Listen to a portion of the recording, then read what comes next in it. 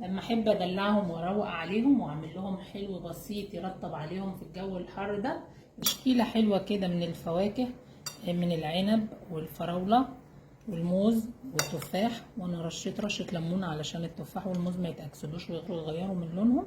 هقلبهم مع بعض بالشكل ده وابدا احطهم في كاسات.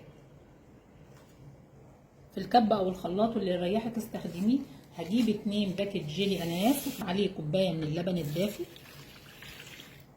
معلقتين كبار من الكريم شانتيه الخام، معلقتين سكر كبار. اضربهم مع بعض عشان حبيبات الجيلي تدوب ويديني قوام كريمي مع الكريم شانتيه. هزود عليه كوبايه لبن بارده، هصبه في الكاسات على الفاكهه. هدخل الكاسات بتاعه التلاجة. هعمل عصير جيلي، واي نوع جيلي بتفضليه اعمليه. انا جبت باكت من جيلي الفراوله بالشكل ده.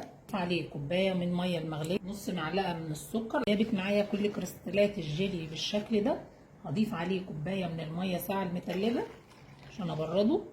احنا قلنا احنا عاملين عصير جيلي فاحنا مخففينه خالص. دي بذور الشيا، جبت معلقه صغيره بالحجم ده وحطيتها في نص كوبايه من الميه، نقعتها لمده نص ساعه وممكن تنقعها في اللبن او في الزبادي زي ما تحبي.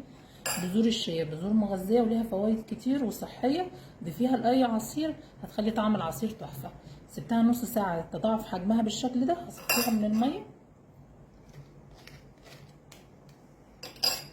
وهضيف عليها عصير الجيلي بتاعنا، حاجه كده تحفه هتعجبكم جدا. اسمه سلاش الجيلي. هجيب اي باكت جيلي عندي، انا جايباه بطعم الكولا. نص كوبايه ميه، نص معلقه من السكر، كعبات تلج. عايزه اقول لكم ان المشروب ده تحفه، طعمه وريحته خطيره.